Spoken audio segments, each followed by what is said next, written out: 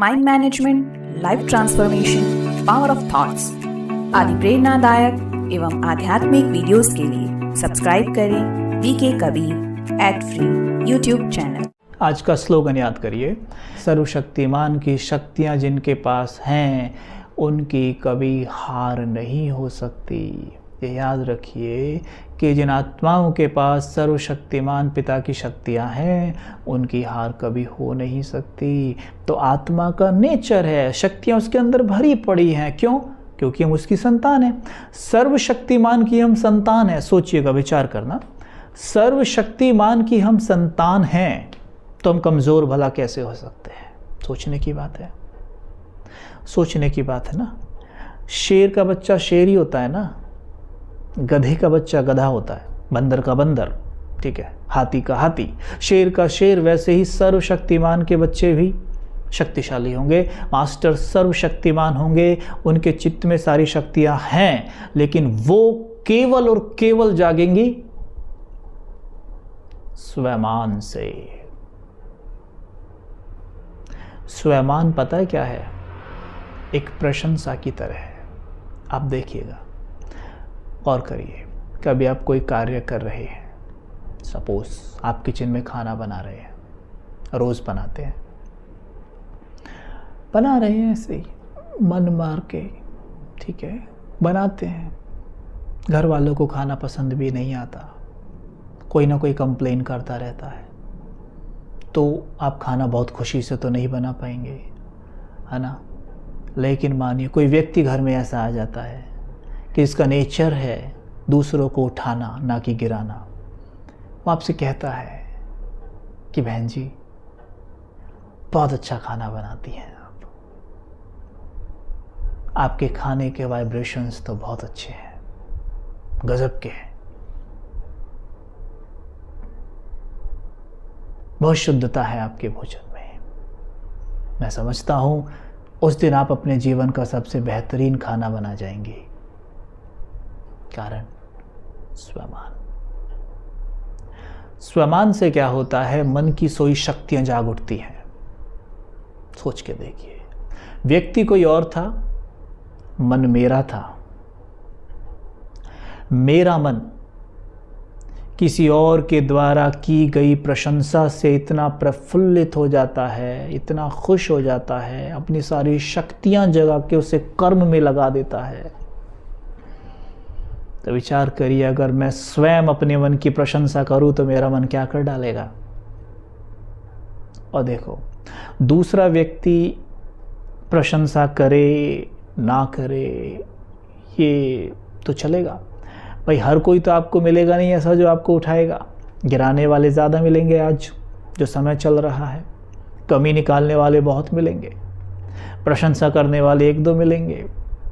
तो फिर ऐसा जुगाड़ क्यों ना कर लिया जाए कि मैं स्वयं अपने मन की प्रशंसा करूं, अपने मन को स्वमान दूं।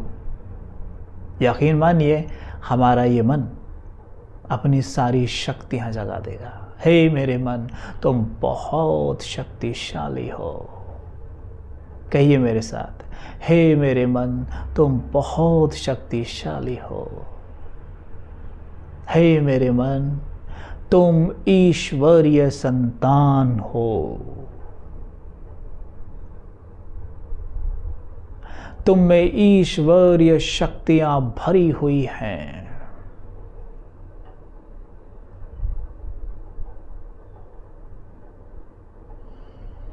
तुम बहुत बहुत बहुत शक्तिशाली हो। हल्के से विजुअलाइज करने का प्रयास करें। देखें अपने अंतर मन को एक टंकी की तरह, एक प्रकाश का टैंक जिसमें शक्तियां ही शक्तियां भरी हुई हैं।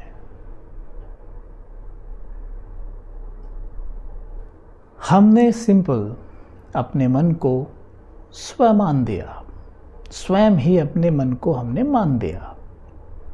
अपने मन को कुछ देर के मान से ही हमने इतना उठा लिया। अपने मन की जम के प्रशंसा करने की आदत डालिए। एकांत में बैठिए, मन की प्रशंसा करिए, मन से बातें करिए। मन बहुत कमाल करेगा, कमाल के रिजल्ट मिलेंगे आपको, क्योंकि मन में शक्तियाँ तो बहुत हैं, लेकिन उनको जगाने का तरीका है स्वयमान। तो जितना ज़्यादा आप स्वयमान का प्रयोग करेंगे उतना ज़्यादा शक्तियाँ कार्य करेंगी।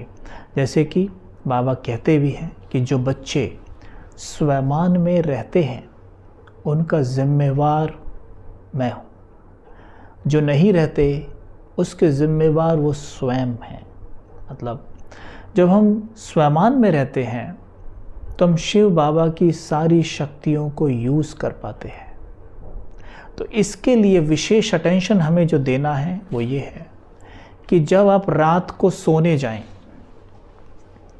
और सवेरे सोकर उठें, दिन में ये 2 समय ऐसे होते हैं कि अगर इन समय का हम विशेष ध्यान दे लें और इस समय को हम कैश कर लें, इन्हें सिर्फ सोने में ना बिता दें, डायरेक्ट सोने में यानी रात को सीधा सो जाना और सवेरे सोए रहना और उठ के सीधा बिस्तर से चल देना, हम ऐसे समय को व्यर्थ गवा रहे हैं जिसे आप कह सकते हैं जादुई समय, चमत्कारिक समय।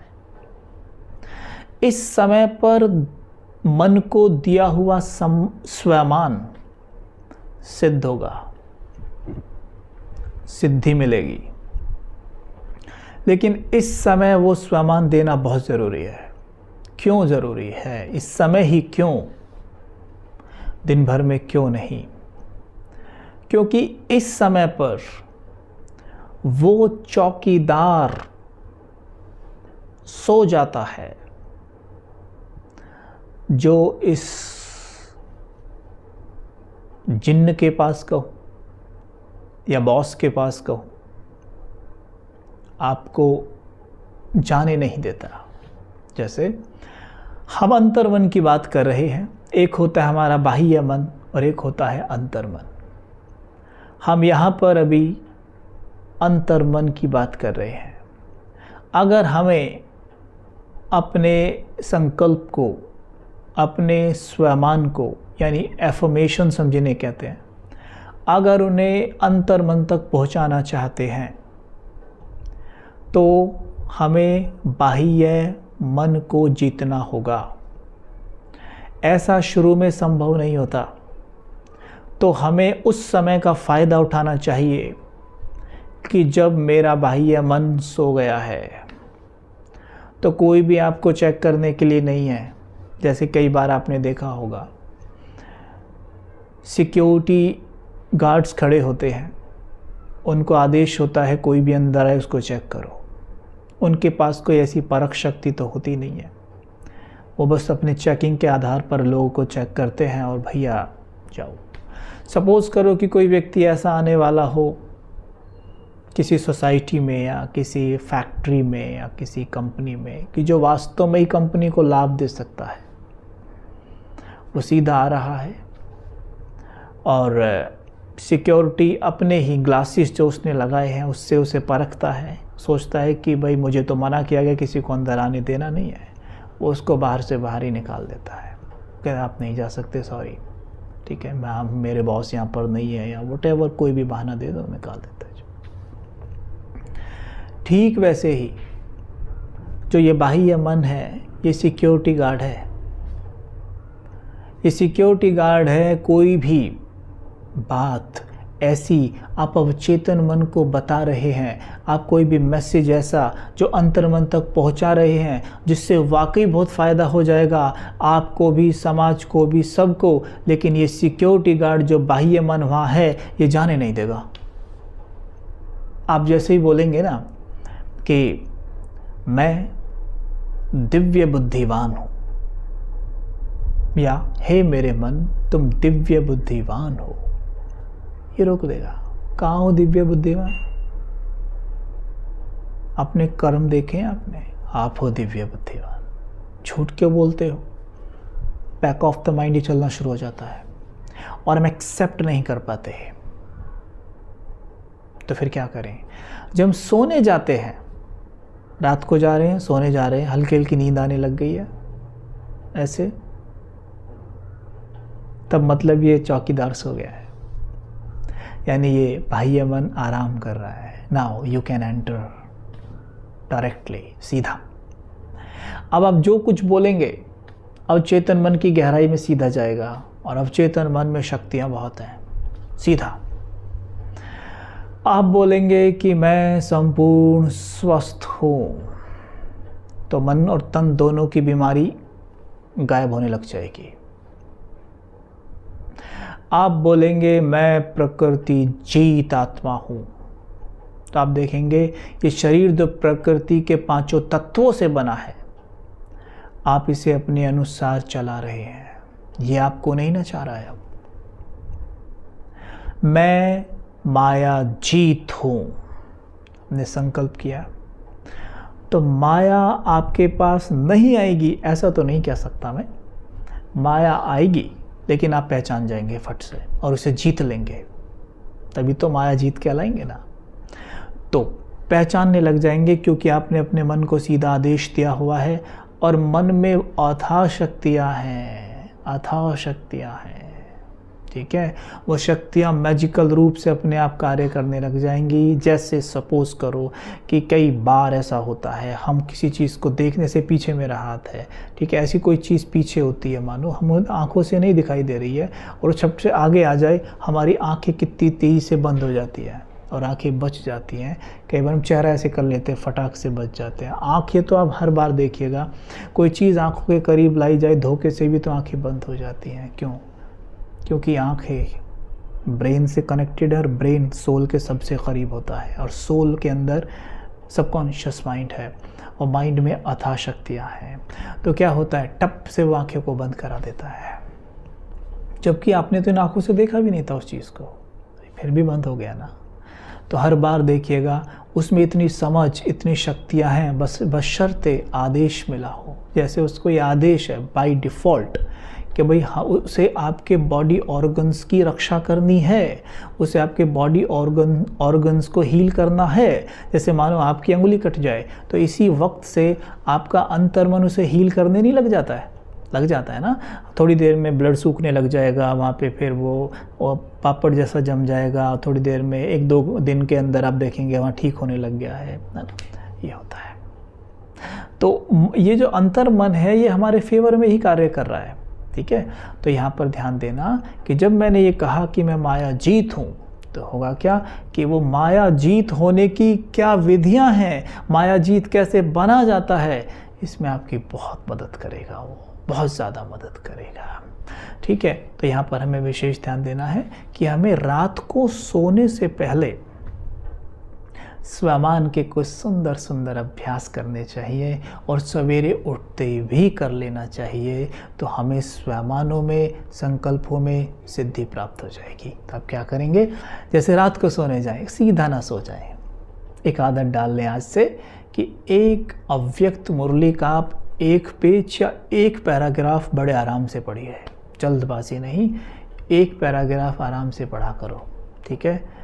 मुरली के मुख्य पॉइंट्स भी आप पढ़ सकते हैं, ठीक है। आज का वरदान सार इस तरीके से पढ़े, मतलब चिंतन के लिए कुछ जाए तो सही, ठीक है। अब जैसे आप पढ़ रहे हैं तो वो अंदर जा रहा है, ठीक है, अंदर जा रहा है। अच्छा, वो अंदर जा रहा है तो वो तो काम करेगा ना। अगर मैंने पढ़ लिया आज मानो मैंने वरदान सोने से पहले पढ़ा कि बच्चे दिव्य सिद्धियाँ प्राप्त करने वाले सिद्धि स्वरूप भव है, दिव्य बुद्धि के द्वारा दिव्य सिद्धियाँ प्राप्त करने वाले सिद्धि स्वरूप भव, तो बाबा ने मुझे दिव्य बुद्धिवान कहा है, स्वीकार करें इस तरीके से कि मेरे बाबा स्वयं जो भगवान है, ईश्वर है, जो सदा सत्य है, वो कह रहा है कि मैं दिव्य बुद्धिवान हूँ, मेरी बुद्धि दिव्यता संपन्न है, मेरे मन में अथाह दिव्य शक्तियां हैं, मैं आत्मा दिव्य बुद्धिवान हूँ।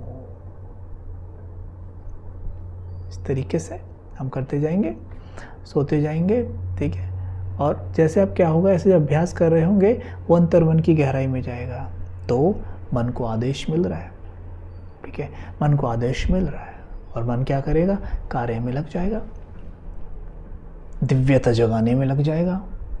अथॉरिटी से कहना है, झूठ थोड़ी ना बोल रहे हैं, अथॉरिटी से कहना है। जितना कहेंगे अंतर्मन उन शक्तियों को जगाएगा, जगा रहा है ना, जगाएगा, ठीक है। एक ये कार्य, मुरली पढ़ ली, प्रैक्टिस कर ली थोड़ी सी, है ना।